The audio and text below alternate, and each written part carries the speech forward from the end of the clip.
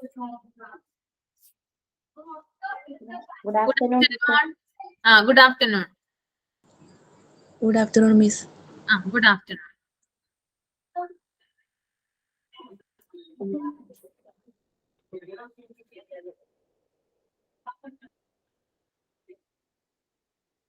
Okay, ഇന്നലെ വായിച്ചിട്ട് എന്തെങ്കിലും ഡൗട്ട് ഉണ്ടോ നിങ്ങൾക്ക്? ഡൗട്ട് ഉണ്ടോ? ഇല്ലല്ലോ. ഇല്ല ടീച്ചർ. എയർവേ എന്താണെന്ന് മനസ്സിലായില്ലേ? എയർവേയിൽ എന്തൊക്കെ മെത്തേഡാ യൂസ് ചെയ്യുന്നേ? ഏതൊക്കെയാ ഡിവൈസസ് എയർവേയിൽ ഉപയോഗിക്കുന്ന? Ventilation. എന്തൊക്കെയാ കൊടുക്കുന്ന രോഗികൾക്ക്? ഏതൊക്കെ ഡിവൈസസ്? ETT. ETT അതെ. ETTയുടെ ഫുൾ ഫോം എന്താ? Endotracheal tube. ഇതെങ്ങനെയാ അപ്ലൈ ചെയ്യുന്നേ? എന്തിനു വേണ്ടിട്ട് അപ്ലൈ ചെയ്യുന്ന ETT? എയർവേ നല്ല സ്മൂത്ത്. ഇന്നലെ ഞാൻ പറഞ്ഞു തന്നിട്ടുണ്ടായിരുന്നു അല്ലേ? നോട്ട്സ് ഒക്കെ പറഞ്ഞു തന്നിട്ടുണ്ടായിരുന്നു, എഴുതി എടുത്തിട്ടുണ്ടായിരുന്നില്ലേ? എങ്ങനെ അപ്ലൈ ചെയ്യുന്നേ? വായിലൂടെ ശ്വാസനാളത്തിലേക്ക് എന്ത് ചെയ്യുന്നു? എൻഡോട്രക്കിയൽ ട്യൂബ് ഉപയോഗിച്ച് എന്ത് ചെയ്യുന്നു? ഇൻക്യുബേറ്റ് ചെയ്യുന്നല്ലേ? അല്ലെ, അങ്ങനെയല്ലേ പറഞ്ഞത്? ടീച്ചർ. ഓക്കെ, എന്തിനു വേണ്ടിയിട്ടാ ഇത് ചെയ്യുന്നേ? വെന്റിലേഷന് വേണ്ടിയിട്ടല്ലേ? പ്രോപ്പർ ആയിട്ട് വായുസഞ്ചാരം ഉണ്ടാവാൻ വേണ്ടിയിട്ടല്ലേ ഇത് ചെയ്യുന്നേ? ഓക്കെ.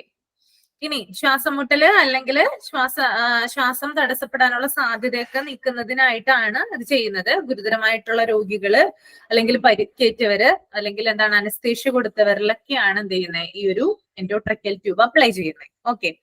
ഇനി അടുത്തത് നാസോഗ്രാസ്റ്റിക് ട്യൂബിനെ കുറിച്ച് ഞാൻ പറഞ്ഞിട്ടുണ്ടായിരുന്നില്ലേ? അതെന്തിനു വേണ്ടിയിട്ട് അപ്ലൈ ചെയ്യുന്നേ?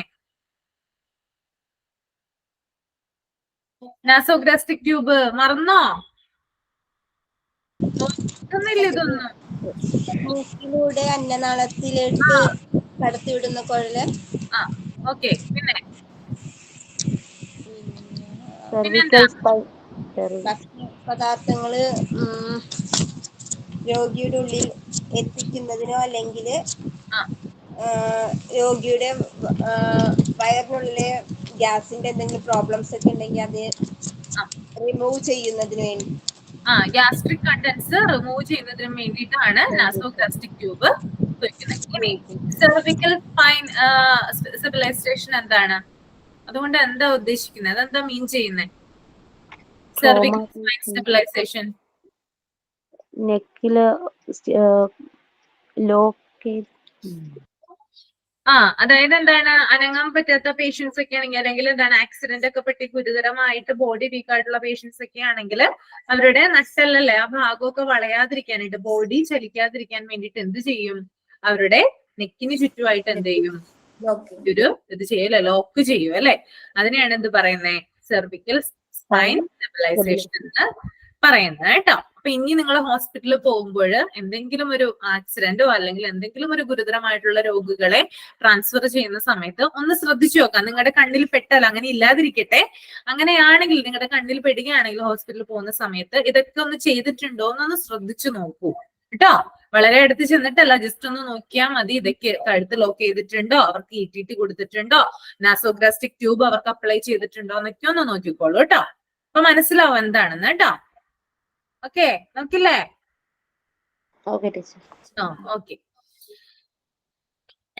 ഇനി നമ്മള് ബ്രീത്തിങ് പറഞ്ഞത് അല്ലെ? ബ്രീത്തിങ് എന്താ പറഞ്ഞത്? നമ്മള് പ്രധാനപ്പെട്ട ഒരു പോയിന്റ് പറഞ്ഞിട്ടുണ്ടായിരുന്നു അല്ലെ? ആർട്ടീരിയൽ ബ്ലഡ് ഗ്യാസ് വാല്യൂ അല്ലെ? അതെന്തിനു വേണ്ടിയിട്ടാ? എന്ത് അളക്കാൻ വേണ്ടിയിട്ട്? എന്ത് മെഷർമെന്റ് ആണത്?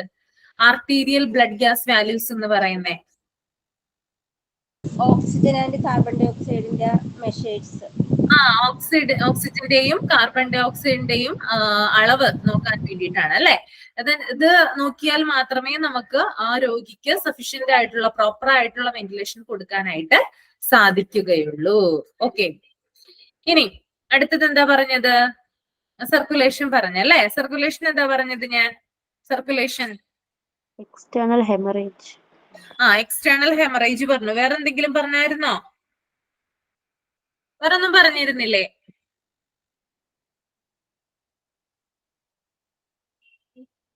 ഇൻട്രാവീനസ്. ഇൻട്രാവെനസ് അതൊക്കെ ആൻവലകൾ യൂസ് ചെയ്യുന്നത് പറഞ്ഞില്ലേ, ഇൻജെക്ട് ചെയ്യാനായിട്ട് രോഗികളിൽ മരുന്നുകൾ അപ്ലൈ ചെയ്യാനായിട്ടും, അതുപോലെ തന്നെ ഇപ്പോ ബ്ലഡ് ഒക്കെ രോഗികളിൽ കയറ്റണം, അവരുടെ ബോഡിയിൽ ഇൻജെക്ട് ചെയ്യണമെങ്കിൽ എന്താണ് നമുക്ക് എന്താണ് കാനുലകൾ യൂസ് ചെയ്യേണ്ടി വരും അല്ലെ.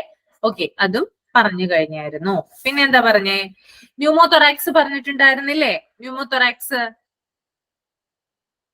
പറഞ്ഞിട്ടുണ്ട്. ന്യൂമോതൊറാക്സ് എന്ത് കണ്ടീഷനാ അത്? അത് ചെസ്റ്റും ലങ്സും എയർ ലീക്സ് ഉണ്ടാകുന്ന സ്പേസിൽ, ലങ്സിനും അതുപോലെ തന്നെ എന്താണ് എന്തിനും ഇടയിലാണ്? Chest whole. ചെസ്റ്റിനും ഇടയിൽ എന്താണ് ഒരു സ്പേസ് ഉണ്ട്. ആ സ്പേസിൽ എയർ വന്ന് നിറഞ്ഞിരിക്കും, ഒരു ബലൂൺ പോലെ വീർത്തിരിക്കും. അപ്പൊ പേഷ്യന്റ് എന്താണ് ശരിയായിട്ട് ശ്വസിക്കാനായിട്ട് ബുദ്ധിമുട്ട് അനുഭവപ്പെടും. അപ്പൊ അങ്ങനെയുള്ള ആ ഒരു കണ്ടീഷനിൽ ചെസ്റ്റ് ഡ്രെയിൻ എന്നൊരു ട്യൂബ് ഉപയോഗിച്ചിട്ട് എന്ത് ചെയ്യുന്നു, ആ രോഗിയുടെ ഉള്ളിലെ വായു നിറഞ്ഞിരിക്കുന്ന ഭാഗത്തെ വായു റിമൂവ് ചെയ്യുന്നു കേട്ടോ. അത് പറയുന്നുണ്ട് കേട്ടോ. ഓക്കെ, പിന്നെ അടുത്തത് ഞാൻ പറഞ്ഞത് എന്താണ്, disability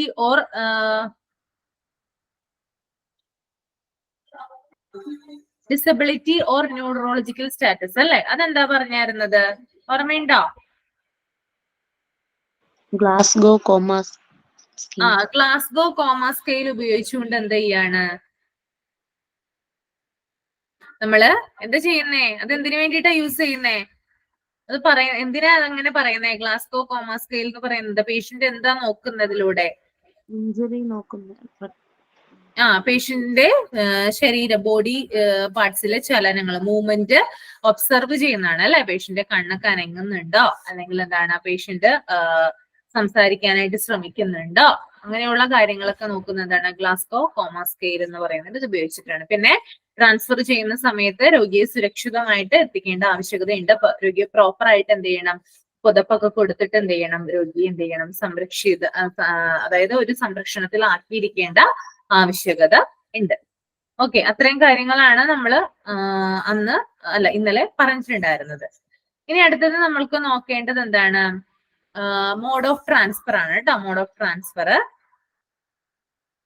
okay,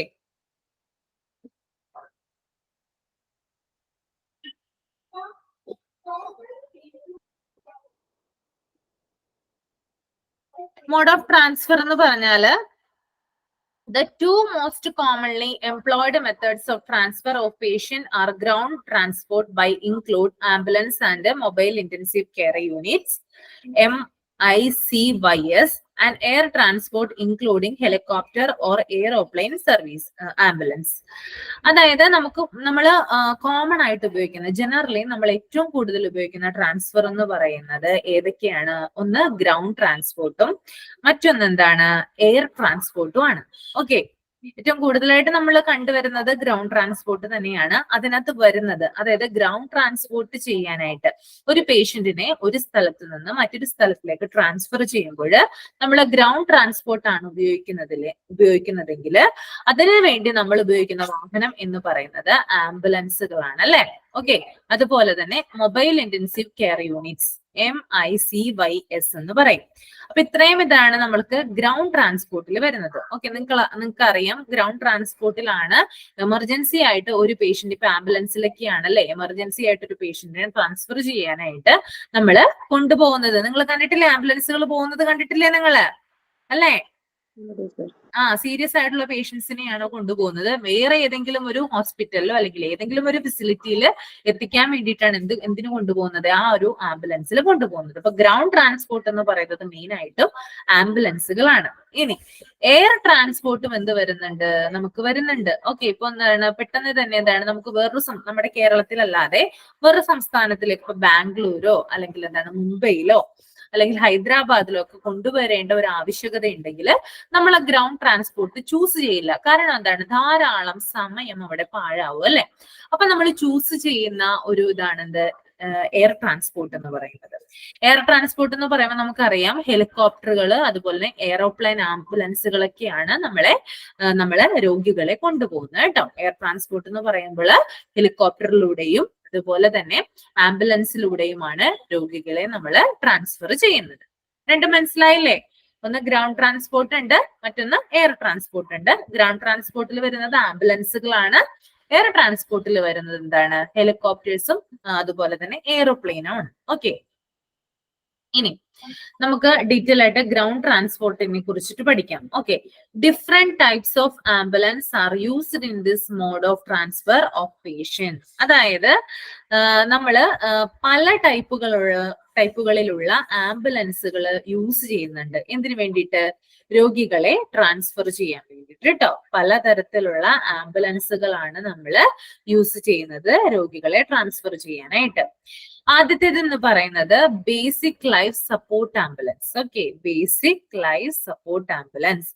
these ambulance are conditioned with adequate staff and monitoring devices to shift patients without a life-threatening conditions, and these can only provide basic life support service. അപ്പൊ നമുക്ക് പേര് കേൾക്കുമ്പോ തന്നെ അറിയാം എന്താണ്, അതായത് ബേസിക് ലൈഫ് സപ്പോർട്ട് ആംബുലൻസ് ആണ് കേട്ടോ. ബേസിക് ആയിട്ടുള്ള ലൈഫ് സപ്പോർട്ട് ആംബുലൻസ്. അതായത് ഇതിനകത്ത് ആഡ്വക്കേറ്റ് ആയിട്ടുള്ള ഒരു സ്റ്റാഫ് ഉണ്ടാവും. അതായത് ഇതിനകത്ത് എന്താണ് പറയാ, ഈ ഒരു ആംബുലൻസിൽ മതിയായിട്ടുള്ള, അതായത് ആവശ്യത്തിനുള്ള സ്റ്റാഫുകൾ ഉണ്ടാവും. അതുകൂടാതെ മോണിറ്ററിംഗ് ഡിവൈസസ് ഉണ്ടാവും. ഇപ്പൊ പേഷ്യന്റിന്റെ BP ചെക്ക് ചെയ്യാന്, അതുപോലെ പേഷ്യന്റിന്റെ ECG എടുക്കാനായിട്ട്, അങ്ങനെയുള്ള കാര്യങ്ങൾ, അതിനുള്ള ഡിവൈസസുകളൊക്കെ എവിടെ അവൈലബിൾ ആയിരിക്കുള്ളൂ? ഈ ഒരു ആംബുലൻസിൽ അവൈലബിൾ ആയിരിക്കുള്ളൂ. ഓക്കെ, ഇനി ഈ ഒരു ആംബുലൻസിൽ കൊണ്ടുപോകുന്ന രോഗി എന്ന് പറയുന്നത് അവർക്ക് മാരകമായിട്ടുള്ള അസുഖങ്ങളൊന്നും തന്നെ ഉണ്ടാവില്ല. അവരുടെ ജീവന് ഭീഷണിയാകുന്ന അസുഖങ്ങളൊന്നും തന്നെ ആർക്കുണ്ടാവില്ല? ഈ ഒരു ആംബുലൻസിൽ കൊണ്ടുപോകുന്ന രോഗിക്ക് ഉണ്ടാവില്ല. ഓക്കെ, അപ്പൊ patients without life threatening conditions. Okay, അതായത് പേടിക്കേണ്ട ആവശ്യകതയില്ല, അതായത് ജീവന് ഭീഷണി ഒന്നും ഉണ്ടാവില്ല ഈ ഒരു ആംബുലൻസിൽ കൊണ്ടുപോകുന്ന രോഗിക്ക്. ഓക്കെ, ഇനി ഈ ഒരു ആംബുലൻസിൽ കൊടുക്കുന്ന സർവീസ് എന്ന് പറയുന്നത് ബേസിക് ലൈഫ് സപ്പോർട്ട് സർവീസ് മാത്രമാണ്. ഓക്കെ, അതായത് ഒരു രോഗിയുടെ ബേസിക് ആയിട്ടുള്ള കാര്യങ്ങൾ നിരീക്ഷിക്കുക മാത്രമാണ് എന്തിൽ ചെയ്യുന്നത്? ഈ ഒരു ആംബുലൻസിൽ ചെയ്യുന്നത്. ഓക്കെ, പിടികിട്ടിയോ? മനസ്സിലായോ? ഓക്കെ, അപ്പൊ ഞാൻ ഒന്നും കൂടി പറയാം. പോയിന്റ് ആയിട്ട് ഒന്നില്ലെങ്കിൽ ഒരു ലെക്ചർ നോട്ട് പോലെ എഴുതാം, അല്ലെങ്കിൽ ശ്രദ്ധിച്ചിരിക്കാം കേട്ടോ. അതായത് ബേസിക് ലൈഫ് സപ്പോർട്ട് ആംബുലൻസ് എന്ന് പറയുന്നത് എന്താണ്? ഈ ഒരു ആംബുലൻസിൽ മതിയായിട്ടുള്ള സ്റ്റാഫുകൾ ഉണ്ടാവും, ആവശ്യത്തിനുള്ള സ്റ്റാഫുകൾ ഉണ്ടാവും. അതുപോലെ തന്നെ മോണിറ്ററിംഗ് ഡിവൈസസ് ഉണ്ടാവും. മോണിറ്ററിംഗ് ഡിവൈസസ് എന്ന് പറയുന്നത് BP ചെക്ക് ചെയ്യുന്ന, അല്ലെങ്കിൽ ECG എടുക്കുന്ന, പിന്നെ എന്താണ് ആവശ്യത്തിന് വെന്റിലേഷൻ ഒക്കെ കൊടുക്കുന്ന ആ ഒരു നോർമൽ ആയിട്ടുള്ള അടിസ്ഥാനപരമായിട്ടുള്ള മോണിറ്ററിംഗ് സർവീസ് ഡിവൈസസ് മാത്രമേ ഈ ഒരു ആംബുലൻസിൽ ഉണ്ടാവുള്ളൂ. പിന്നെ ഈ ആംബുലൻസിൽ കൊണ്ടുപോകുന്ന രോഗികൾ എന്ന് പറയുന്നത് വിത്തൗട്ട് ലൈഫ് ത്രെട്ടണിങ് കണ്ടീഷൻസ്, അധികം മാരകമായിട്ടുള്ള അല്ലെങ്കിൽ എന്താണ് ജീവന് ഭീഷണി ഇല്ലാത്ത രോഗികളെയാണ് എവിടെ കൊണ്ടുപോകുന്നത്? ഈ ഒരു ആംബുലൻസിൽ കൊണ്ടുപോകുന്നത്. ഓക്കെ, അത് മനസ്സിലായെന്ന് വിചാരിക്കുന്നു. 3 പോയിന്റ് ആണ് അവിടെ വരുന്നത് കേട്ടോ. ഇനി അടുത്തതെന്ന് പറയുന്നത് advanced life support ambulance. Okay, അപ്പൊ നമുക്ക് ആ പേര് പോലെ തന്നെ അറിയാം അല്ലെ. അഡ്വാൻസ്ഡ് എന്ന് പറയുമ്പോൾ എന്താണ്, കുറച്ചും കൂടി നല്ല രീതിയിലുള്ളതായിരിക്കും അല്ലെ. അപ്പൊ അഡ്വാൻസ്ഡ് ലൈഫ് സപ്പോർട്ട് ആംബുലൻസ് എന്ന് പറയുന്നത് these ambulance can provide modern life support services like endotracheal intubation, cardiac monitoring, defibrillation administration of intravenous fluids or vasopressors. These are adequately staffed and made ready for shifting patients with a life-threatening condition. അതായത് ഈ ഒരു advanced life support ambulance എന്ന് പറയുന്നത്, ഈ ആംബുലൻസിൽ നമ്മൾ കൊടുക്കുന്ന സേവനങ്ങൾ എന്ന് പറയുന്നത് കുറച്ചുകൂടി മോഡേൺ ലൈഫ് സപ്പോർട്ട് സർവീസ് നൽകുന്നതാണ്. അതായത് കുറച്ചുകൂടി അത്യാധുനികമായിട്ടുള്ള സജ്ജീകരണങ്ങളോട് കൂടിയിട്ടുള്ള ആംബുലൻസ് ആണിത്, അഡ്വാൻസ്ഡ് ലൈഫ് സപ്പോർട്ട് ആംബുലൻസ്. നമ്മൾ നേരത്തെ പറഞ്ഞത് എന്താണ്? ബേസിക് ആണ്, അതായത് അടിസ്ഥാന ബേസ് ആയിട്ടുള്ള കാര്യങ്ങൾ മാത്രമേ ആംബുലൻസിൽ ഉണ്ടായുള്ളൂ. എന്നാൽ രണ്ടാമത്തത് നമ്മൾ നോക്കുമ്പോൾ കുറച്ചുകൂടി എന്താണ്, അഡ്വാൻസ്ഡ് ആയിട്ടുള്ള കാര്യങ്ങൾ ഈ ഒരു ആംബുലൻസിൽ ഉണ്ട്. അപ്പൊ അതെന്തൊക്കെയാണെന്ന് നോക്കാം. അപ്പൊ നമുക്ക് എന്തൊക്കെയാണെന്ന് എൻട്രോട്രക്കിയൽ ഇൻറ്റ്യൂബേഷൻ, അതായത് ഒരു പേഷ്യന്റിനെ നമ്മൾ ട്രാൻസ്ഫർ ചെയ്യുമ്പോൾ ആ പേഷ്യന്റിന് എൻട്രോട്രക്കിയൽ, ഞാൻ നേരത്തെ പറഞ്ഞു ETT അല്ലെ, അതായത് വായിലൂടെ ശ്വാസനാളത്തിലേക്ക് കടത്തുന്ന കുഴല് അല്ലെ. എൻട്രോട്രക്കിയൽ ഇൻറ്റ്യൂബേഷൻ ആ ഒരു പേഷ്യന്റിന് നടത്തുന്നതിനായിട്ട് ആ ആംബുലൻസിൽ സൗകര്യം ഉണ്ടായിരിക്കും. ഓക്കെ, മനസ്സിലായോ? അപ്പൊ ETT കൊടുക്കാനായിട്ട് ആംബുലൻസിൽ സൗകര്യം ഉണ്ടായിരിക്കും. കൂടാതെ പേഷ്യന്റിന്റെ കാർഡിയാക് മോണിറ്റർ, ഹൃദയ സംബന്ധമായിട്ടുള്ള കാര്യങ്ങൾ അറിയാൻ വേണ്ടിയിട്ട്, നിരീക്ഷിക്കാൻ വേണ്ടിയിട്ട് കാർഡിയാക് മോണിറ്ററിംഗ് ഡിവൈസസ് അവിടെ ഉണ്ടാകും. അതുകൂടാതെ ഡിഫിബ്രിലേഷൻ അഡ്മിനിസ്ട്രേഷൻ. ഡിഫിബ്രിലേഷൻ എന്താണെന്ന് നിങ്ങൾക്ക് അറിയാമോ? അറിയാമോ എന്താണ് സംഭവം? ഡിഫിബ്രിലേഷൻ നിങ്ങൾ മൂവീസിലൊക്കെ കണ്ടിട്ടുണ്ട്. ആർക്കെങ്കിലും അറിയാമോ? ഷാരൻ അറിയാമോ? ഇല്ല മിസ്സേ. കണ്ടിട്ടില്ലേ? നിങ്ങള് മൂവിയിൽ കണ്ടിട്ടില്ലേ? ഒരു സാധനം കൊണ്ട് പുഷ് ചെയ്യുന്ന നെഞ്ചിലിട്ട്, കണ്ടിട്ടുണ്ട്.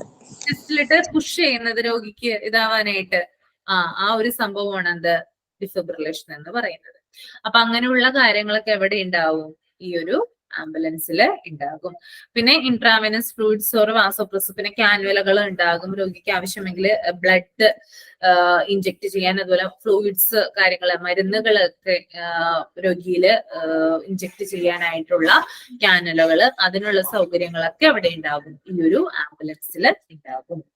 പിന്നെ ഇതിനകത്തുള്ള സ്റ്റാഫുകൾ, ഈ ആംബുലൻസിൽ സ്റ്റാഫുകൾ ഉണ്ടാവും. ഈ സ്റ്റാഫുകൾ എന്ന് പറയുന്നത് അതായത് ജീവന് ഭീഷണിയാകുന്ന തരത്തിലുള്ള രോഗികളാണെങ്കിൽ ആ രോഗികളെ എത്രയും പെട്ടെന്ന് കൊണ്ടുപോകാനുള്ള, ഏത് സമയത്തും ഈ രോഗികളെ കൊണ്ടുപോകാനുള്ള സജ്ജീകരണങ്ങൾ ഈ ആംബുലൻസിൽ റെഡി ആയിട്ട് വെച്ചിട്ടുണ്ടാകും. അപ്പൊ ഇത്രയുമാണ് എന്ത് അഡ്വാൻസ്ഡ് ലൈഫ് സപ്പോർട്ട് ആംബുലൻസിൽ വരുന്നത്. അപ്പൊ ഞാൻ ഒന്നും കൂടി പറയാം. ഈ ആംബുലൻസ് നമുക്ക് പ്രൊവൈഡ് ചെയ്യുന്നത് കുറച്ചുകൂടി അഡ്വാൻസ്ഡ് ആയിട്ടുള്ള എന്താണ് ഡിവൈസസും കാര്യങ്ങളൊക്കെയാണ്. പിന്നെ മോഡേൺ ലൈഫ് സപ്പോർട്ട് സർവീസ് ആണ് ഇത് നൽകുന്നത്. അത് ഏതൊക്കെയാണെന്ന് പറഞ്ഞാല് എൻഡോട്രക്കിയൽ ട്യൂബ് ഇൻറ്റ്യൂബേഷനുള്ള കാര്യങ്ങൾ കൊടുക്കുന്നു, കാർഡിയാക് മോണിറ്ററിംഗ് ഉണ്ട്, ഡിഫിബ്രിലേഷൻ അഡ്മിനിസ്ട്രേഷൻ നൽകുന്നു, കൂടാതെ ഇൻട്രാവൈനസ് ഫ്ലൂയിഡ്സ് രോഗികളിൽ ഇഞ്ചെക്ട് ചെയ്യാനുള്ള കാര്യങ്ങൾ, അങ്ങനെയുള്ള കാര്യങ്ങളൊക്കെ ഈ ഒരു ആംബുലൻസിൽ ഉണ്ട്. പിന്നെ ഈ ഒരു ആംബുലൻസിലെ രോഗികൾ, സ്റ്റാഫുകൾ എന്ന് പറയുന്നത് അതായത് ലൈഫ് ത്രെട്ടണിങ് കേസുകളുള്ള രോഗികളെ ഏത് സമയത്തും കൊണ്ടുപോകാനുള്ള സജ്ജീകരണങ്ങൾ ഈ ഒരു ആംബുലൻസിൽ അവൈലബിൾ ആണ്. ഓക്കെ, പിടികിട്ടിയോ? മനസ്സിലാവാത്തണ്ട് ആർക്കെങ്കിലും? ഇല്ല. ഓക്കെ, ഇനി അടുത്തത് MICU ആണ് കേട്ടോ. MICU, these are specialized vehicles with all the equipment and staff so transfer patients who are critically ill and are usually used in combination with the specialist retrieval team in few developed countries. അതായത് ഈ ഒരു ambulance എന്ന് പറഞ്ഞാല് കുറച്ചും കൂടി എന്താണ്, അതായത് specialised ആയിട്ടുള്ള വെഹിക്കിൾസ് ആണ്, പ്രത്യേകം രൂപകൽപ്പന ചെയ്തിരിക്കുന്ന വെഹിക്കിൾസ് ആണ് ഈ ഒരു ആംബുലൻസ് എന്ന് പറയുന്നത്. അതായത് ഗുരുതരമായിട്ടുള്ള പരിക്കുകൾ ഏറ്റവരെയാണ് ഈ ഒരു ആംബുലൻസിൽ എന്ത് ചെയ്യുന്നത്, ഷിഫ്റ്റ് ചെയ്യുന്നത്. ഇനി ഈ ഒരു ആംബുലൻസിൽ നമ്മൾ രോഗികളെ കൊണ്ടുപോകുന്ന സമയത്ത്, അല്ലെങ്കിൽ ഈ ഒരു ആംബുലൻസിന്റെ യൂസ് എന്ന് പറയുന്നത് നമ്മൾക്ക് എന്താണ്, അതായത് ഇപ്പോ ഡെവലപ്ഡ് കൺട്രീസിൽ, അതായത് വിദേശ രാജ്യങ്ങളിലൊക്കെയുള്ള മെത്തേഡുകളാണ് ഈ ഒരു ആംബുലൻസിൽ യൂസ് ചെയ്യുന്നത്. അതായത് വിദേശ രാജ്യത്ത് നിന്നുള്ള ഡോക്ടർമാരുടെയൊക്കെ സേവനം നമുക്ക് ഈ ആംബുലൻസിൽ ഉപയോഗിക്കാനായിട്ട് സാധിക്കും. ഫോർ എക്സാമ്പിൾ പറയുകയാണെങ്കിൽ, ഇപ്പൊ ഒരു ഗുരുതരമായിട്ടുള്ള ഒരു രോഗിയെ ഈ ഒരു ആംബുലൻസിൽ നമ്മൾ കൊണ്ടുപോവാണ്, ട്രാൻസ്ഫർ ചെയ്യുമ്പോൾ ഈ രോഗിക്ക് എന്താണ്, ഒരു പ്രത്യേക എന്തെങ്കിലും ഒരു അയാളുടെ കണ്ടീഷൻ കുറച്ചും കൂടി വീക്ക് ആവാണെന്ന് വിചാരിക്കാം. പെട്ടെന്ന് അയാളുടെ ഒരു ജീവൻ രക്ഷിക്കേണ്ട ഒരു ആവശ്യകതയുണ്ട്. ട്രാൻസ്ഫറിങ് ഫെസിലിറ്റിയിൽ എത്തുന്നത് വരെ ചിലപ്പോൾ അയാളുടെ ജീവൻ നമുക്ക് സംരക്ഷിക്കാനായിന്ന് വരില്ല. അങ്ങനെയുള്ളൊരു സമയത്ത് എന്താണ്, ഇവിടെയുള്ള അതായത് ഈ ഒരു ആംബുലൻസിലുള്ള സ്റ്റാഫുകൾക്കും ഒന്നും ചെയ്യാനായിട്ട് സാധിക്കുന്നില്ല. അങ്ങനെയുള്ളൊരു സമയത്ത് നമുക്ക് എന്ത് ചെയ്യാൻ പറ്റും, ഈ വിദേശ രാജ്യങ്ങളിലുള്ള ഡോക്ടർമാരുമായിട്ട് നമുക്ക് ഈ രോഗിയെ ഡയറക്റ്റ്, അതായത് ഈ രോഗിയെ വീഡിയോ കോളിലൂടെയോ അല്ലെങ്കിൽ വേറെ എന്തെങ്കിലും ഒരു മാധ്യമത്തിലൂടെയോ രോഗിയെ ഒബ്സർവ് ചെയ്തിട്ട് എന്ത് ചെയ്യാൻ പറ്റും, അവർക്ക് വേണ്ടിയിട്ടുള്ള അഡ്വൈസസും കാര്യങ്ങളൊക്കെ കൊടുക്കാനായിട്ട് സാധിക്കും. അപ്പൊ കുറച്ചും കൂടി സ്പെഷ്യലൈസ്ഡ് ആയിട്ടുള്ള കെയർ ആണ് എവിടെ കിട്ടുന്നത്, ഈ ഒരു MICUവിൽ നമുക്ക് കിട്ടുന്നത്. ഓക്കെ, പിടികിട്ടിയില്ലേ? മൂന്നെണ്ണത്തിൽ ആർക്കെങ്കിലും ഡൗട്ട് ഉണ്ടോ? ഇല്ല ടീച്ചർ. ഇല്ല.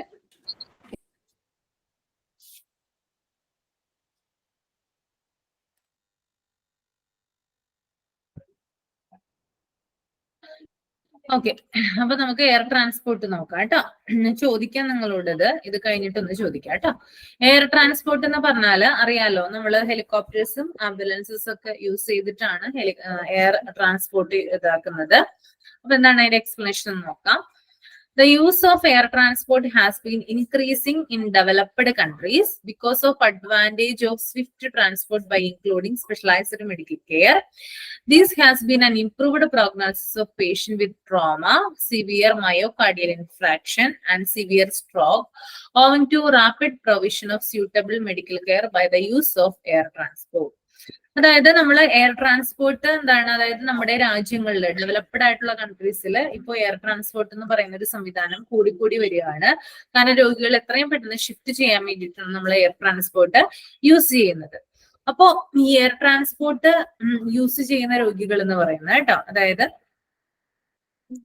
ഈ ഒരു ട്രോമ പേഷ്യൻസ്, അതായത് ഗുരുതരമായിട്ട് എന്തെങ്കിലും പറ്റിയിട്ടുള്ള ആളുകള്, അതുപോലെ തന്നെ മയോകാർഡിയൽ ഇൻഫെക്ഷൻ, അത് എന്താ പറയാ, അതായത് നമ്മുടെ ഹൃദയ സംബന്ധമായിട്ട് ഇൻഫ്രാക്ഷൻ, ഹൃദയ സംബന്ധമായിട്ടുള്ള എന്തെങ്കിലും അസുഖം, അതായത് ഇപ്പൊ നെഞ്ചുവേദന, കഠിനമായിട്ടുള്ള നെഞ്ചുവേദനയോ അങ്ങനെയുള്ള കാര്യങ്ങളൊക്കെ ഉള്ളവര്, അതുപോലെ തന്നെ സ്ട്രോക്കിൻ്റെതായിട്ടുള്ള കാര്യങ്ങളൊക്കെ കാണിക്കുന്ന രോഗികള്, ഇവരെയൊക്കെയാണ് നമ്മൾ എന്ത് ചെയ്യുന്നത്, അവർക്ക് പെട്ടെന്ന് ഇമ്മീഡിയറ്റ് ആയിട്ടുള്ളൊരു കെയർ കിട്ടാൻ വേണ്ടിയിട്ടാണ് നമ്മൾ എന്ത് ചെയ്യുന്നത്, എത്രയും പെട്ടെന്ന് ആ രോഗികളെ നമ്മൾ എയർ ട്രാൻസ്പോർട്ടിലൂടെ ട്രാൻസ്ഫർ ചെയ്യുന്നത്. ഇത്രയും കാര്യങ്ങൾ അവിടെ പറയുന്നുള്ളൂ കേട്ടോ, എയർ ട്രാൻസ്പോർട്ടോ. അപ്പൊ മെയിൻ ആയിട്ട് രണ്ട് കാര്യങ്ങളാണ്, ഹെലികോപ്റ്റർ, ആംബുലൻസ്, അല്ല ഹെലികോപ്റ്റർ അല്ലെങ്കിൽ എയറോപ്ലെയിൻ. ഈ ഒരു മെത്തേഡിൽ, ഈ ഒരു ട്രാൻസ്പോർട്ടേഷനിലൂടെയാണ് അവരെ കൊണ്ടുപോകുന്നത്.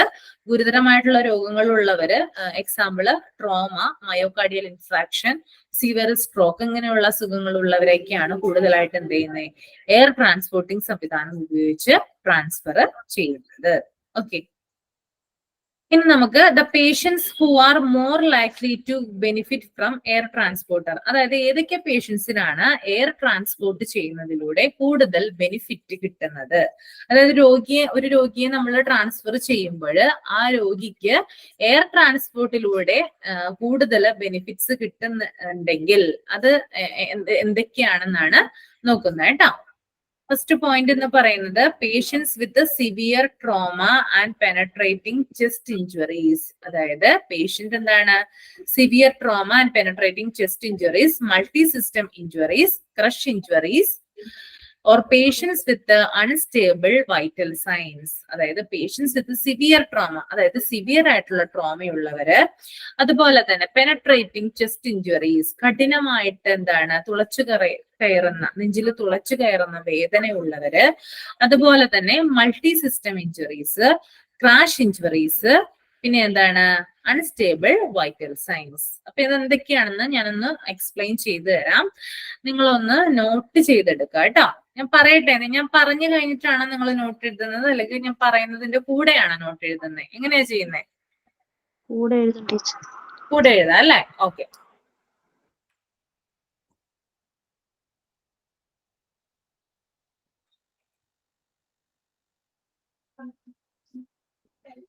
അപ്പൊ അത് എഴുതിക്കോട്ടോ. ഈ ഒരു വിമാന ഗതാഗതം, അതായത് എയർ ട്രാൻസ്പോർട്ടില് കൂടുതൽ പ്രയോജനം ലഭിക്കാൻ സാധ്യതയുള്ള രോഗികൾ എന്ന് കൊടുക്കുക കേട്ടോ. അല്ലെങ്കിൽ the patients who are more likely to get from air transport are, അങ്ങനെയും കൊടുക്കുക.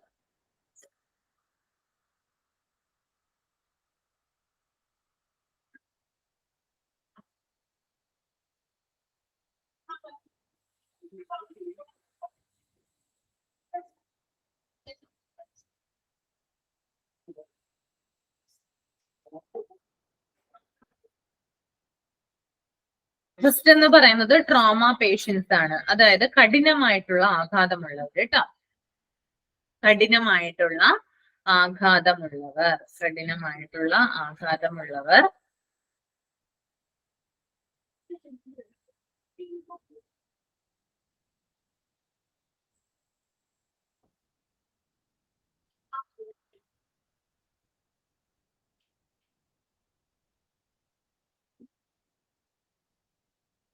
ഇനി രണ്ടാമത്തെ പോയിന്റ് എന്താണ്? അതായത് ഈ ഒരു പറഞ്ഞിട്ടുണ്ടായിരുന്നു പെനട്രേറ്റിംഗ് ചെസ്റ്റ് ഇഞ്ചുറീസ്, അഥവാ നെഞ്ചിലേക്ക് തുളച്ചു കയറുന്ന വേദന ഉള്ളവർ. നെഞ്ചിലേക്ക് തുളച്ചു കയറുന്ന വേദന ഉള്ളവർ.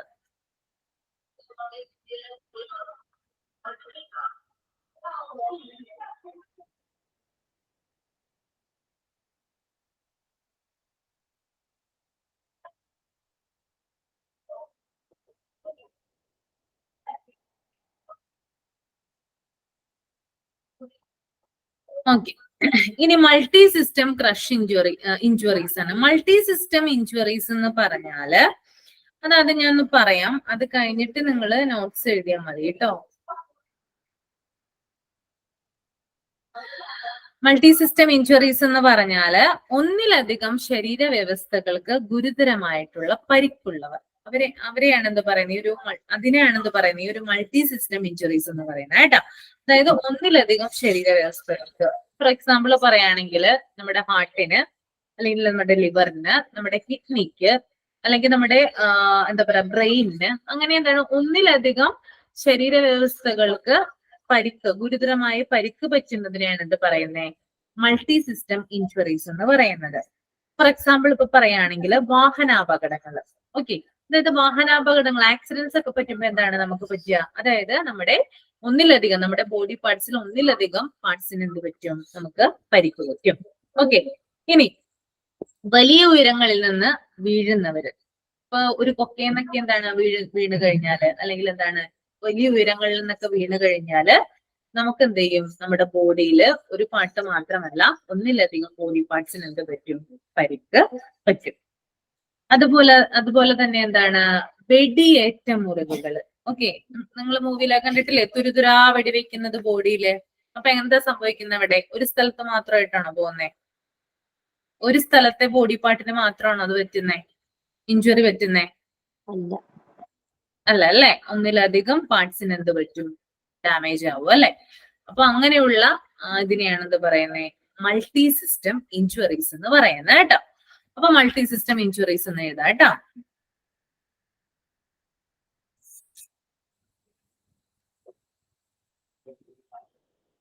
മൾട്ടി സിസ്റ്റം ഇഞ്ചുറീസ് ഒന്നിലധികം ശരീര വ്യവസ്ഥകൾക്ക് ഗുരുതരമായിട്ടുള്ള പരിക്ക്, ഒന്നിലധികം ശരീര വ്യവസ്ഥകൾക്ക് ഗുരുതരമായിട്ടുള്ള പരിക്ക്.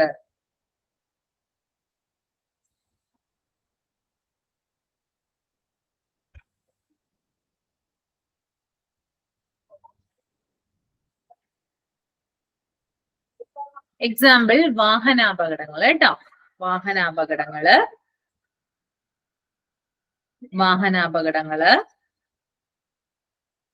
വലിയ ഉയരങ്ങളിൽ നിന്നുള്ള വീഴ്ചകള്,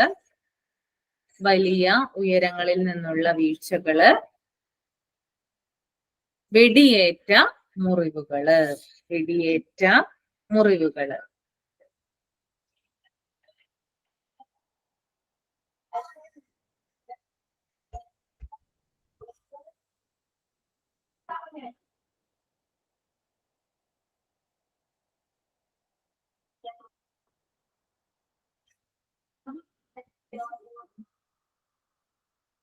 ഓക്കെ, എഴുതിയോ? നെക്സ്റ്റ് വൺ പറഞ്ഞത് എന്താണ്, ക്രാഷ് ഇഞ്ചുറീസ് ആണ് കേട്ടോ. ക്രഷ് ഇഞ്ചുറീസ് കേട്ടോ. ക്രഷ് ഇഞ്ചുറീസ് അതെന്താണെന്ന് വെച്ചാല് അതായത് ഒരു വസ്തു നമ്മളിലേക്ക് വന്നിടിക്കുകയോ അല്ലെങ്കിൽ നമ്മൾ ആ വസ്തുവിനെ ചെന്നിടിക്കുകയോ ചെയ്താൽ നമ്മുടെ ഇന്റേണൽ ഓർഗൻസിന് എന്ത് പറ്റാം, ഡാമേജ് വരാം. അപ്പൊ നമുക്ക് എന്തുണ്ടാകും, ഇന്റേണൽ ബ്ലീഡിങ് ഉണ്ടാകും അല്ലെ. നമ്മള് ഡോക്ടർമാരൊക്കെ പറയുന്നത് കേട്ടിട്ടില്ലേ നിങ്ങൾക്ക്, ഇന്റേണൽ ബ്ലീഡിങ് ഉണ്ടെന്നൊക്കെ പറയുന്നത് കേട്ടിട്ടില്ലേ. അതായത് ഒരു വസ്തു നമ്മളിലേക്ക് വന്ന് ഇടിക്കുകയോ, ഇപ്പോ ഫോർ എക്സാമ്പിൾ പറയുകയാണെങ്കിൽ ഒരു തൂണ് നമ്മുടെ തലയിൽ വന്ന് വീഴുകയോ, അല്ലെങ്കിൽ നമ്മൾ മേത്തോട്ട് വന്ന് വീഴുകയോ, അല്ലെങ്കിൽ നമ്മൾ എന്തിലെങ്കിലും ചെന്ന് ഇടിക്കുകയോ ചെയ്താലാണ് നമ്മൾക്ക് എന്തുണ്ടാവുന്നത്, ഇന്റേണൽ ബ്ലീഡിങ് സംഭവിക്കുന്നത്. അപ്പൊ ഇതിനെയാണ് എന്ത് പറയുന്നത്, ക്രഷ് ഇഞ്ചുറീസ് എന്ന് പറയുന്നത് കേട്ടോ. ഓക്കെ, അതൊന്ന് എഴുതിയെടുത്തോളൂ കേട്ടോ. Crush injuries.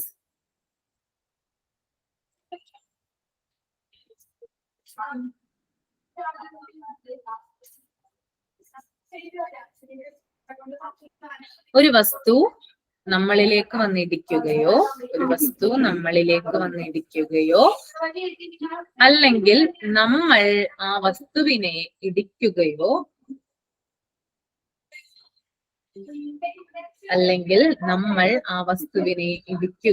ചെയ്താൽ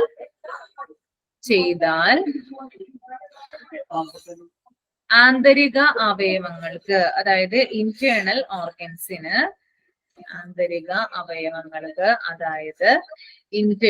ഓർഗൻസിന്, കേടുപാടുകൾ സംഭവിക്കാം.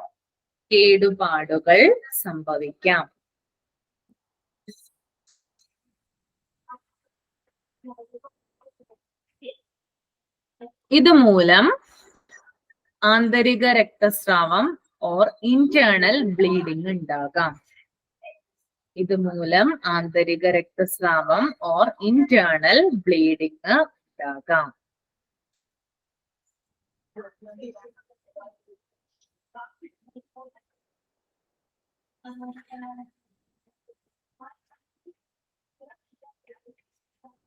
എഴുതിയോ?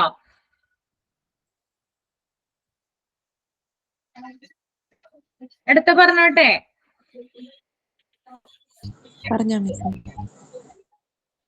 ഓക്കെ, അപ്പൊ നമ്മളിപ്പോ ചെസ്റ്റ് ഇഞ്ചുറീസ് അത് പറഞ്ഞു, അത് അറിയാം. അതുപോലെ തന്നെ multi system injuries, crush injuries പറഞ്ഞു. ഇനി ഒരെണ്ണം കൂടിയുണ്ട്, അൺസ്റ്റേബിൾ വൈറ്റൽ സൈൻസ്. അത് നമ്മൾ എന്തിനൊക്കെ ഇത് പറയുന്നത്? അതൊന്ന് പറഞ്ഞു നിങ്ങൾ, എന്തിനാ നമ്മളിപ്പോ ഇത് പറയുന്നേ? എന്താ മെയിൻ ഹെഡിങ് ഇതിന്റെ? ട്രാൻസ്പോർട്ട് കിട്ടാനുള്ള പേഷ്യൻസ്. ട്രാൻസ്പോർട്ട് കിട്ടാനുള്ളതല്ല, എന്താ പറയുന്നേ? അതായത് ഏതൊക്കെ പേഷ്യൻസിനാണ് ഈ ഒരു എയർ ട്രാൻസ്പോർട്ടിലൂടെ ബെനിഫിറ്റ്സ് കിട്ടുന്നത്? അതായത് ഇതുപോലുള്ള രോഗികൾ, ഞാൻ ഈ പറഞ്ഞ പോയിന്റ് ഉണ്ടല്ലോ, ക്രഷ് ഇഞ്ചുറി സംഭവിച്ച രോഗികള്, മൾട്ടി സിസ്റ്റം ഇഞ്ചുറീസ് സംഭവിച്ച രോഗികള്, ചെസ്റ്റ് ഇഞ്ചുറീസ് ആയ രോഗികള്, ഇവർക്കൊക്കെയാണ് എയർ ട്രാൻസ്പോർട്ടിലൂടെ കൂടുതൽ ബെനിഫിറ്റ് ലഭിക്കുന്നത്.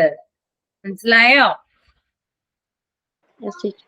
ഓക്കെ, ഇനി അടുത്തത് ഒരെണ്ണം കൂടിയുണ്ട്, ഒരു പോയിന്റും കൂടി ഉണ്ട് അവിടെ വരുന്നത്, അൺസ്റ്റേബിൾ വൈറ്റൽ സൈൻസ് കേട്ടോ. അൺസ്റ്റേബിൾ വൈറ്റൽ സൈൻസ് ഉള്ള രോഗികൾ എന്ത് ചെയ്യുന്നുണ്ട്? എയർ ട്രാൻസ്പോർട്ട് ചെയ്യുന്നുണ്ട്. അപ്പൊ അൺസ്റ്റേബിൾ വൈറ്റൽ സൈൻസ് എന്ന് പറഞ്ഞാൽ എന്താണ്? അതായത് രോഗിയുടെ പൾസ് റേറ്റ് ലോ ആകുക, BP ലോ ആകുക, അതുകൂടാതെ ഹാർട്ട് ബീറ്റ് എന്ത് ചെയ്യുക? ഇൻക്രീസ് ചെയ്യുക. ഇതാണ് എന്ത് പറയുന്നേ? അൺസ്റ്റേബിൾ വൈറ്റൽ സൈൻസ് എന്ന് പറയുന്നത്. അപ്പൊ ഇങ്ങനെ ഒരു രോഗവുമായിട്ട്, അല്ലെങ്കിൽ ഇപ്പോ പൾസ് റേറ്റ് ലോ ആയിട്ടോ, അല്ലെങ്കിൽ BP ലോ ആയിട്ടോ, ഹാർട്ട് ബീറ്റ് ഇൻക്രീസ് ആയിട്ടോ, അത് കുറെ നേരമായിട്ട് എന്ത് ചെയ്യാണ്? യാതൊരു മാറ്റവും ഇതിന് വരുന്നില്ല എന്നാണെങ്കിൽ ഇതിനെന്ത് ചെയ്യും? ബെറ്റർ ആയിട്ടുള്ള ഒരു ട്രാൻസ്ഫറിങ് ഫെസിലിറ്റിയിലേക്ക് മാറ്റാനായിട്ട് എയർ ട്രാൻസ്പോർട്ട് ആണ് യൂസ് ചെയ്യുക. അപ്പൊ അത് എഴുതിക്കോളൂ കേട്ടോ. അൺസ്റ്റേബിൾ വൈറ്റൽ സൈൻസ് എന്ന് കൊടുക്കാം. Unstable vital signs.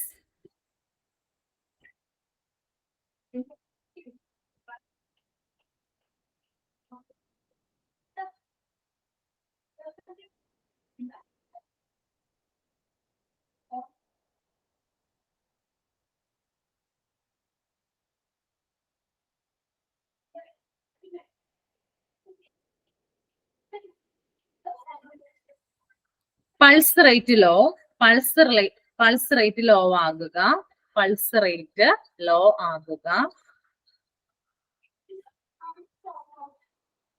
BP low ആകുക, BP ലോ ആകുക,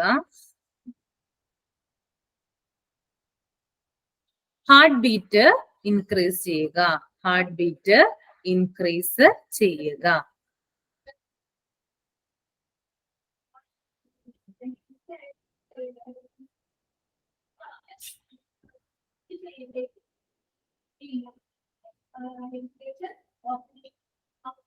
ഓക്കെ, ഇനി നെക്സ്റ്റ് എന്താ? അടുത്തത് point, patients with acute coronary syndrome in crucial need of revascularisation procedure, cardiac tamponade with haemodynamic compromise, cardiogenic shock in need of intra-aortic balloon pump or other assisted device. അതായത് എന്താണ്? ചില രോഗങ്ങൾ ഇവിടെ പറയുന്നുണ്ട്. എന്തൊക്കെയാ? Patients with acute coronary syndrome. Acute coronary syndrome ഉള്ളവര് അവരെ എന്ത് ചെയ്യുന്നു? റീവാസ്കുലറൈസേഷൻ ചെയ്തിട്ടാണ് എന്ത് ചെയ്യുന്നത്? ഈ ഒരു മെത്തേഡിലൂടെ ട്രാൻസ്ഫർ ചെയ്യുന്നത്. കൂടാതെ എന്താണ് ഈ ഒരു എന്താ പറയാ കാർഡിനാക് ടാമ്പനേഡ് അതും വരുന്നുണ്ട്. പിന്നെ ഹീമോഡൈനാമിക് കോംപ്രമൈസ്, കാർഡിയോജെനിക് ഷോക്ക്, പിന്നെ intra aortic balloon pump or other assisted device. അതായത് ഇങ്ങനെയുള്ള അതായത് ചില ഇതാണ് പറയുന്നത്. ഇത് ഞാൻ എക്സ്പ്ലെയിൻ ചെയ്ത് പറയാൻ എന്നാലും നിങ്ങൾക്ക് മനസ്സിലാവുള്ളൂ. എയർ ട്രാൻസ്പോർട്ട് ചെയ്യുന്ന രോഗികള് ഇനിയും വരുന്നുണ്ട്. അപ്പൊ അതെന്താണെന്ന് പറയാം കേട്ടോ. അപ്പൊ നമ്മളിപ്പോ അൺസ്റ്റേബിൾ വൈറ്റൽ സൈൻസ് വരെയാണ് നിർത്തിയത്. ഇനി ഒന്നെന്ന് പറയുന്നത് acute coronary syndrome. Acute coronary syndrome ഉള്ള രോഗികളെ എന്ത് ചെയ്യുന്നുണ്ട്? എയർ ട്രാൻസ്പോർട്ട് ചെയ്യുന്നുണ്ട്. അപ്പൊ എന്താണ് ഈ അക്യൂട്ട് കൊറോണറി സിൻഡ്രോം എന്ന് നമ്മൾ നോക്കാം. ഈ അക്യൂട്ട് കൊറോണറി സിൻഡ്രോം നിങ്ങൾ മുമ്പ് കേട്ടിട്ടുണ്ടോ? ആരെങ്കിലും കേട്ടിട്ടുണ്ടോ? ഷാരോൺ കേട്ടിട്ടുണ്ടോ?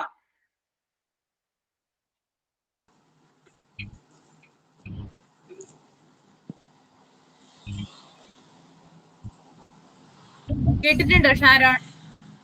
ഇല്ല മിസ്സേ. ഇല്ല അല്ലേ?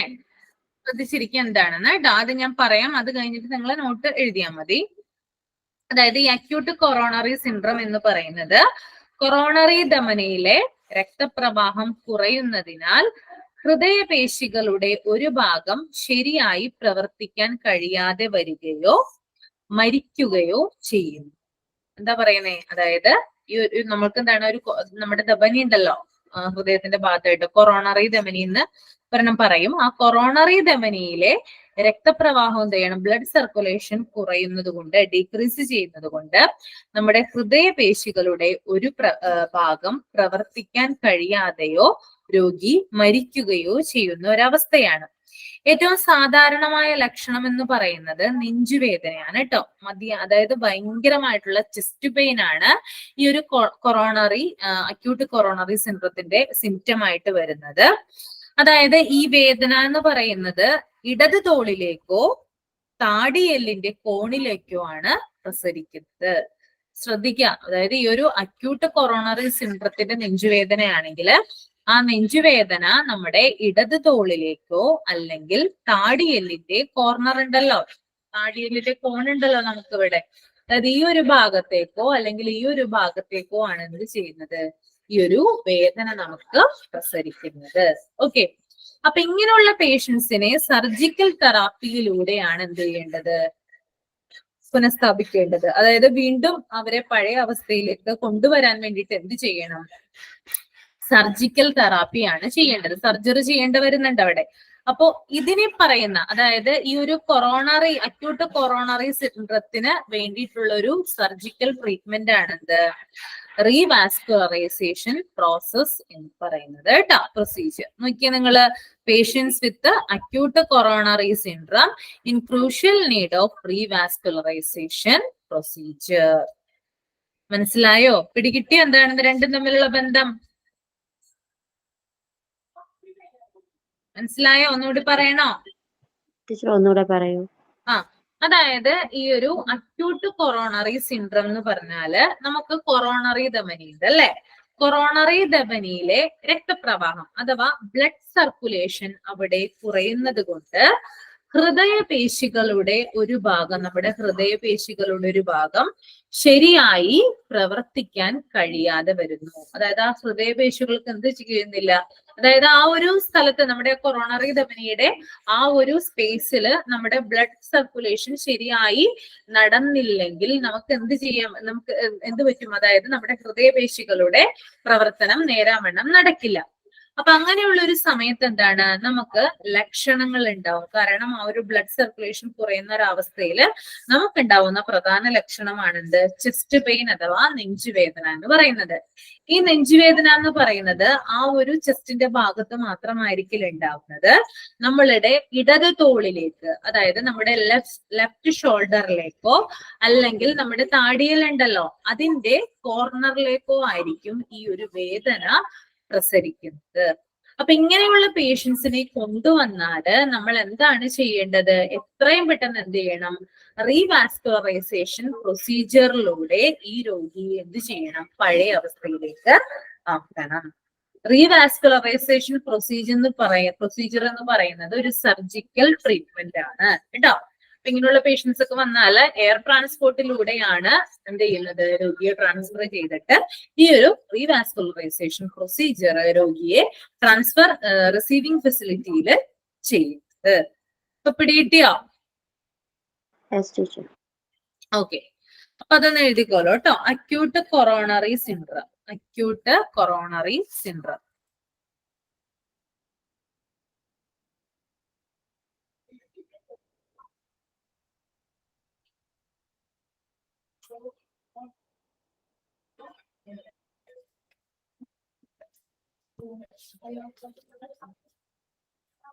കൊറോണറി ധമനിയിലെ രക്തപ്രവാഹം കുറയുന്നതിനാൽ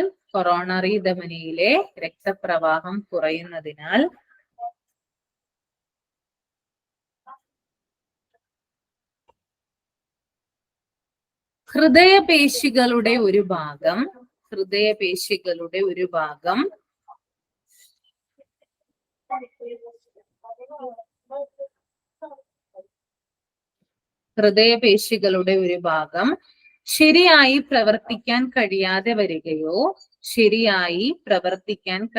വരികയോ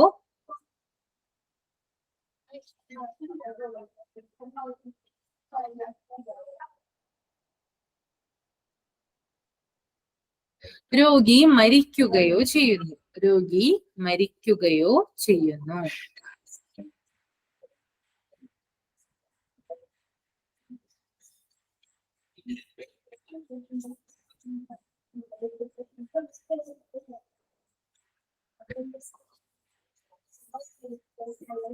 ഇതിന്റെ ഏറ്റവും സാധാരണയായ ലക്ഷണം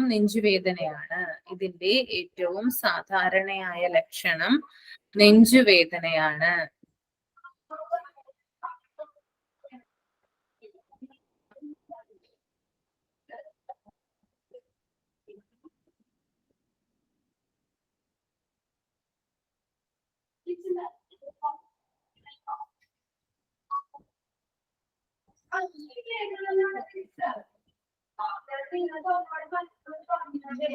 ഈ വേദന ഇടത് തോളിലേക്കോ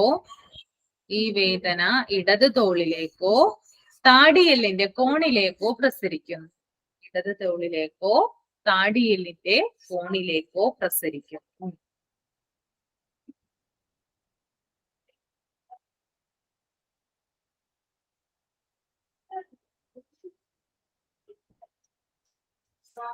ഇങ്ങനെയുള്ള പേഷ്യൻസിനെ അടുത്തായിട്ട് എഴുതാം കേട്ടോ. ഇങ്ങനെയുള്ള പേഷ്യൻസിനെ സർജിക്കൽ തെറാപ്പിയിലൂടെ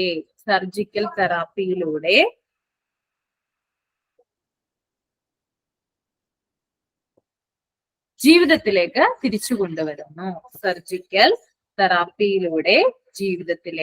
തിരിച്ചു കൊണ്ടുവരുന്നു.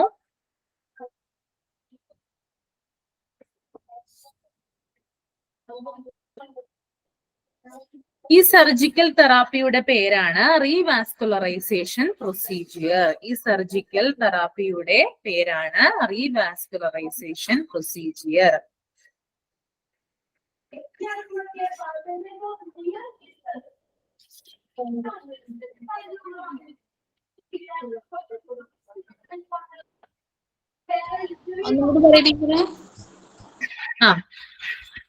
ഈ ഒരു സർജിക്കൽ തെറാപ്പിയുടെ പേരാണെന്ത്? Revascularization procedure. അവിടെ ഉണ്ട് കേട്ടോ, സ്പെല്ലിംഗ് ഉണ്ട് കേട്ടോ. അവിടെ crucial need of revascularisation procedure എന്ന് അവിടെ കൊടുത്തിട്ടുണ്ട് കേട്ടോ.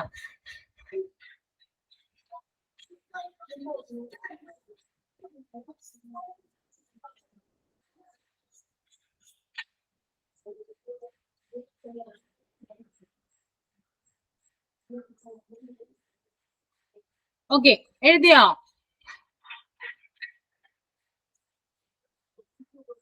എഴുതിയോ നിങ്ങള്?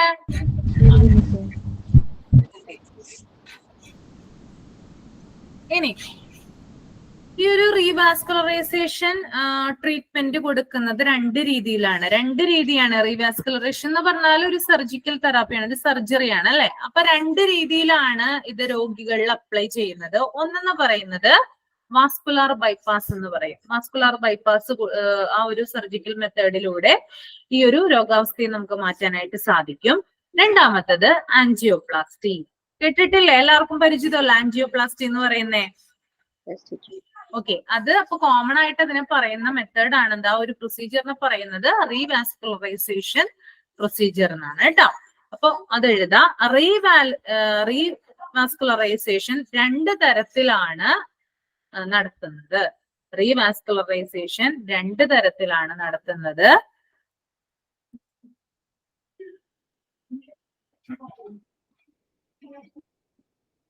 ഒന്നെന്ന് പറയുന്നത് വാസ്കുലാർ ബൈപ്പാസ് ആണ്. ഒന്ന് വാസ്കുലാർ ബൈപ്പാസ് ആണ്. രണ്ട് ആൻജിയോപ്ലാസ്റ്റി. രണ്ട് ആൻജിയോപ്ലാസ്റ്റി.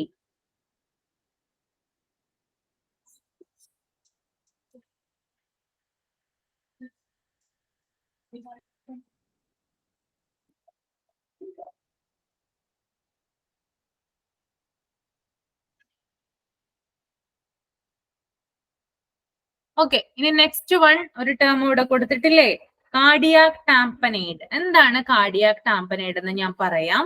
പറഞ്ഞു കഴിഞ്ഞിട്ട് നിങ്ങൾക്ക് മനസ്സിലായില്ലെങ്കിൽ ഞാൻ ഒന്നും കൂടി പറഞ്ഞു തരാം, എന്നിട്ട് നോട്ട് എഴുതിയാൽ മതി. ഓക്കെ, കാർഡിയാക് ടാംപനേഡ് എന്ന് പറയുന്നത് ഹൃദയപേശികൾക്കും ഹൃദയത്തിന്റെ പുറം മൂടുന്ന സഞ്ചിക്കും. അപ്പൊ ഹൃദയപേശി അറിയാലോ, ഈ ഭാഗത്തല്ല ഇരിക്കുന്നേ. ഹൃദയപേശികൾക്കും ഹൃദയത്തിന്റെ പുറം മൂടുന്ന ഒരു സഞ്ചിയുണ്ട്, ഹൃദയത്തെ പൊതിഞ്ഞ് സംരക്ഷിക്കുന്ന ഒരു ആവരണമുണ്ട്. അതിനെ പറയുന്ന പേരാണ് പെരികാർഡിയം. നിങ്ങൾ ചെറിയ ക്ലാസ്സുകളിലൊക്കെ പഠിച്ചിട്ടുണ്ടാവും. അപ്പോ ഈ ഹൃദയപേശികൾക്കും ഈ പെരികാർഡിയത്തിനും ഇടയില് ബ്ലഡോ അല്ലെങ്കിൽ എന്തെങ്കിലും ഫ്ലൂയിഡോ അടിഞ്ഞുകൂടുമ്പോൾ ഹൃദയത്തിനുണ്ടാകുന്ന പ്രഷറാണ് കാർഡിയാക് ടാംപനേഡ് എന്ന് പറയുന്നത് കേട്ടോ. ഞാൻ ഒരു പ്രാവശ്യം കൂടി പറയാം.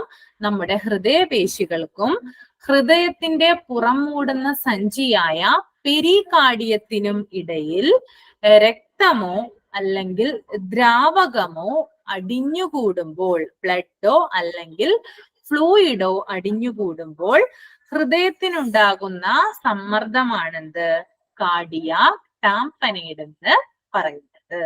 ഓക്കെ, മനസ്സിലായോ? മനസ്സിലാവാത്ത ആരെങ്കിലും ഉണ്ടോ? ഇല്ല. ഓക്കെ, എന്നാല് എഴുതിക്കോളൂ കേട്ടോ. കാർഡിയാക് ടാംപനേഡ് എന്ന് ഹെഡിങ് കൊടുക്കുക. അവിടെ ഉണ്ട് കേട്ടോ, ഇവിടെ സ്പെല്ലിംഗ് സഹിതം കൊടുത്തിട്ടുണ്ട് സ്ലൈഡില്. അത് നോക്കിയിട്ടൊന്ന് എഴുതാം. കാർഡിയാക് ടാംപനേഡ് എന്ന് എഴുതാം.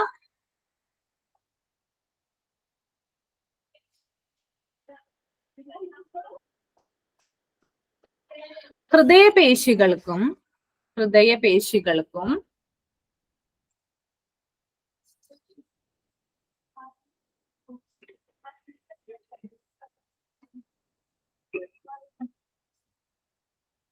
ഹൃദയത്തിന്റെ പുറം മൂടുന്ന സഞ്ചി അഥവാ പെരികാർഡിയം കേട്ടോ, അതിന്റെ പേരാണ് പെരികാർഡിയം. ഹൃദയത്തിന്റെ പുറം മൂടുന്ന സഞ്ചിക്കും പെരികാർഡിയം ഇടയിൽ രക്തമോ, ബ്ലഡ് കേട്ടോ, രക്തമോ ദ്രാവകമോ ഫ്ലൂയിഡ് അടിഞ്ഞു കൂടുമ്പോൾ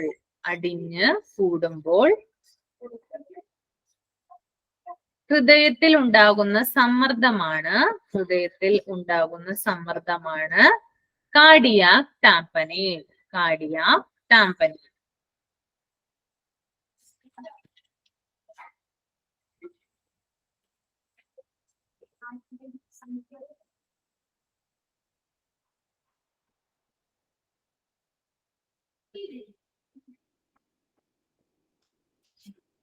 ഓക്കെ, നെക്സ്റ്റ് വൺ എന്ന് പറയുന്നത് ഹീമോഡൈനാമിക് കോംപ്രമൈസ് എന്ന് പറയുന്ന ഒരു സംഭവം ഇവിടെ കൊടുത്തിട്ടുണ്ട്. അതെന്താണെന്ന് ഞാൻ പറയാം. ഹീമോഡൈനാമിക് കോംപ്രമൈസ് എന്ന് പറഞ്ഞാല് ഉയർന്ന രക്തസമ്മർദ്ദം പോലുള്ള ഒരവസ്ഥ കാരണം, അതായത് ഹൈ ബ്ലഡ് പ്രഷർ പോലുള്ള ഒരു അവസ്ഥ കാരണം ഒരു വ്യക്തിയുടെ ഹൃദയ പ്രവർത്തനങ്ങൾ വിശ്വസനീയമല്ലാത്തതോ അപര്യാപ്തതമോ അല്ലെങ്കിൽ മറ്റൊരു തരത്തിൽ പ്രശ്നമായോ തീരുന്ന ഒരവസ്ഥ.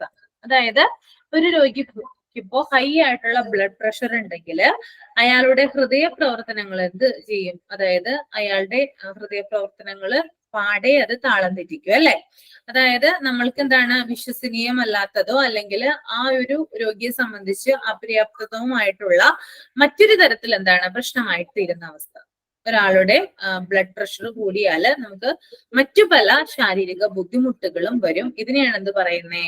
ഹീമോഡൈനാമിക് കോംപ്രമൈസ് എന്ന് പറയുന്നത്. അപ്പൊ ഒന്ന് എഴുതിക്കോളൂ കേട്ടോ. ഉയർന്ന രക്തസമ്മർദ്ദം പോലുള്ള ഒരവസ്ഥ കാരണം ഉയർന്ന രക്തസമ്മർദ്ദം പോലുള്ള ഒരു അവസ്ഥ കാരണം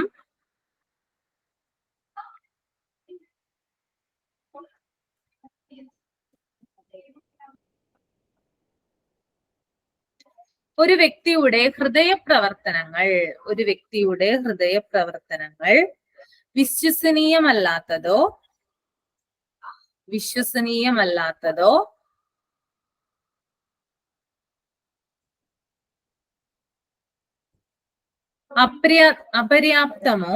അപര്യാപ്തമോ അല്ലെങ്കിൽ മറ്റൊരു തരത്തിൽ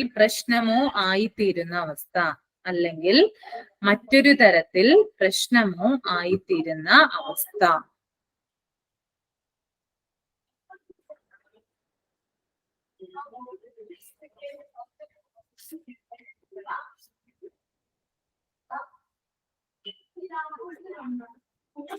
ഓക്കെ,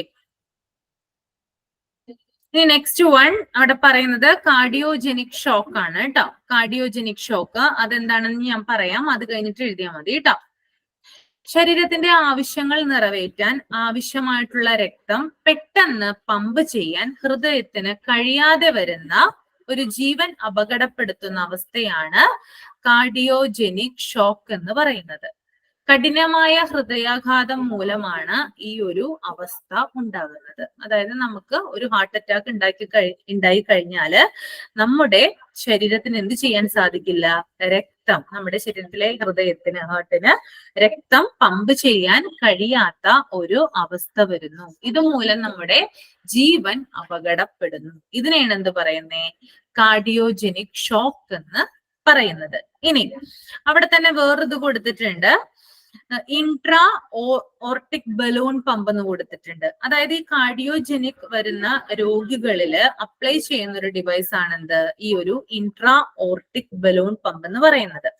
അതെങ്ങനെയാണ് ഉപയോഗിക്കുന്നത്? എന്തിനു വേണ്ടിയിട്ടാണ് ഉപയോഗിക്കുന്നത്? അതായത് ഇതൊരു ചികിത്സാ ഉപകരണമാണ് ഈ ഒരു ഇൻട്രാ ഓർട്ടിക് ബലൂൺ പമ്പ് എന്ന് പറയുന്നത്. ഹൃദയത്തെ കൂടുതൽ രക്തം പമ്പ് ചെയ്യാൻ സഹായിക്കുന്ന ഉപകരണമാണെന്ത്? Intra aortic balloon pump. അപ്പോൾ കാർഡിയോജനിക് വരുന്ന രോഗികൾ എന്ന് പറയുന്നത് അവർക്ക് എന്ത് ചെയ്യാൻ പറ്റുന്നില്ല? അവരുടെ ശരീരത്തിലെ ഹൃദയത്തിന് രക്തം കൂടുതലായിട്ട് പമ്പ് ചെയ്യാൻ സാധിക്കുന്നില്ല. ഇതുമൂലം അവർക്ക് ഹാർട്ട് അറ്റാക്ക് വരികയും ഈ ഹാർട്ട് അറ്റാക്ക് വന്നു കഴിഞ്ഞാൽ എന്താണ്? രോഗി ഒരു മരിക്കുന്നൊരവസ്ഥയായില്ലേ അത്. അപ്പൊ അത് തടയാൻ വേണ്ടിയിട്ട് പെട്ടെന്ന് തന്നെ എന്താണ് ഈ ഒരു ഇൻട്രാ ഓർട്ടിക് ബലൂൺ പമ്പ് ഉപയോഗിച്ച് എന്ത് ചെയ്യും? കൂടുതൽ അയാളുടെ ബോഡിയിലെ ഹൃദയത്തിൽ കൂടുതൽ രക്തം പമ്പ് ചെയ്യാനായിട്ട് സാധിക്കുന്ന അല്ലെങ്കിൽ കൊടുക്കുന്ന ഒരു ഉപകരണമാണെന്ത്?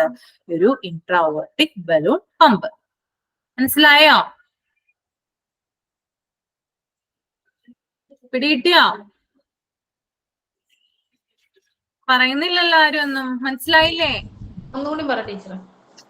അതായത് നമ്മുടെ ഈ കാർഡിയോജനിക് ഷോക്ക് എന്ന് പറയുന്നത് നമ്മുടെ ശരീരത്തിന് എന്താണ്? നമ്മുടെ കുറെ ആവശ്യങ്ങളുണ്ടല്ലോ നമ്മുടെ ബോഡിക്ക്. ഇതിനൊക്കെ എന്താണ്? ബ്ലഡ് വേണം അല്ലെ. നിരന്തരം എന്താണ്? 24 മണിക്കൂർ എന്താണ്? നമ്മുടെ ബോഡി ബ്ലഡ് ഇങ്ങനെ പാസ് ചെയ്തുകൊണ്ടിരിക്കുകയാണ്. അപ്പൊ നമ്മുടെ ശരീരത്തില് ആവശ്യമായിട്ടുള്ള രക്തം പമ്പ് ചെയ്യാനായിട്ട്, രക്തം പമ്പ് ചെയ്യുന്നത് ആരാണ്? നമ്മുടെ ഹൃദയം അല്ലെ. അങ്ങനെ പമ്പ് ചെയ്യാനായിട്ട് ഹൃദയത്തിന് സാധിച്ചില്ലെങ്കിൽ ആ ഒരു എന്താ പറയാ, നമ്മുടെ ജീവൻ അപകടപ്പെടുത്തുന്ന ഒരവസ്ഥയായിരിക്കും ഉണ്ടാവുക. ബ്ലഡ് നോർമലി പമ്പ് ചെയ്യാൻ സാധിക്കാതെ വന്നാല്. അപ്പൊ ഇതിനെ പറയുന്ന പേരാണ് കാർഡിയോജനിക് ഷോക്ക് എന്ന് പറയുന്നത്. അതായത് ഇങ്ങനെ പമ്പ് ചെയ്യാൻ സാധിക്കാതെ വരുമ്പോഴാണ് നമുക്ക് ഹാർട്ട് അറ്റാക്ക് ഉണ്ടാകുന്നത്. അപ്പോ ഈ ഹാർട്ട് അറ്റാക്ക് തടയാൻ വേണ്ടിയിട്ട് നമ്മൾ എത്രയും പെട്ടെന്ന് രോഗിയിൽ അപ്ലൈ ചെയ്യുന്ന ഒരു ഡിവൈസ് ആണ് ഇൻട്രാ ഓർട്ടിക് ബലൂൺ പമ്പ് എന്ന് പറയുന്നത്. ഈ ഇൻട്രാ ഓർട്ടിക് ബലൂൺ പമ്പ് എന്ന് പറയുന്നത് ഹൃദയത്തെ കൂടുതൽ രക്തം പമ്പ് ചെയ്യാനായിട്ട് സഹായിക്കുന്ന ഒന്നാണ്. കേട്ടോ, അപ്പൊ മനസ്സിലായോ? അപ്പൊ അത് എഴുതിക്കോളൂ കേട്ടോ. അതും കൂടി എഴുതിയിട്ട് നമ്മൾക്ക് വൈൻഡ് അപ്പ് ചെയ്യാം. കാർഡിയോജെനിക് ഷോക്ക് എന്ന് എഴുതാം കേട്ടോ. കാർഡിയോജെനിക് ഷോക്ക്.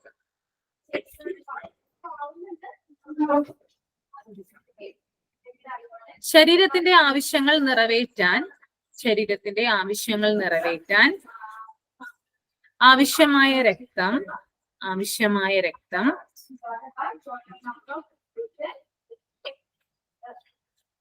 പെട്ടെന്ന് പമ്പ് ചെയ്യാൻ ഹൃദയത്തിന് കഴിയാതെ വരുന്ന അവസ്ഥയാണ് കാർഡിയോജെനിക് ഷോക്ക്.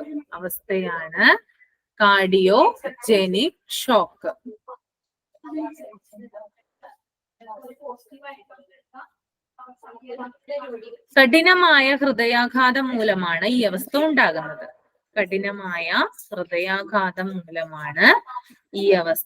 ഉണ്ടാകുന്നത്.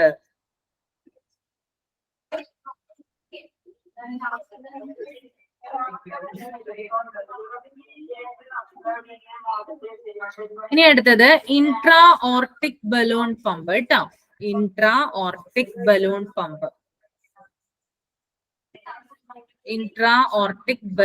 പമ്പ് ഒരു ചികിത്സാ ഉപകരണമാണിത്. ഹൃദയത്തെ കൂടുതൽ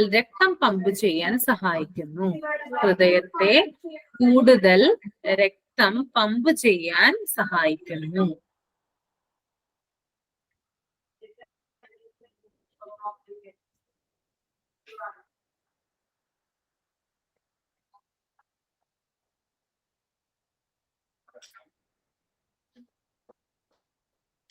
എഴുതിയില്ലേ? ഓക്കെ, അപ്പൊ ഞാൻ നിങ്ങൾക്ക് ഇന്ന് നോട്ട്സ് ആണ് കൂടുതൽ തന്നത്. ആ നോട്ട്സ് വായിച്ച് മനസ്സിലാക്കി വെക്കാം കേട്ടോ. ഓക്കെ, അതിന്റെ ചെയ്യാം കേട്ടോ. Thank you teacher.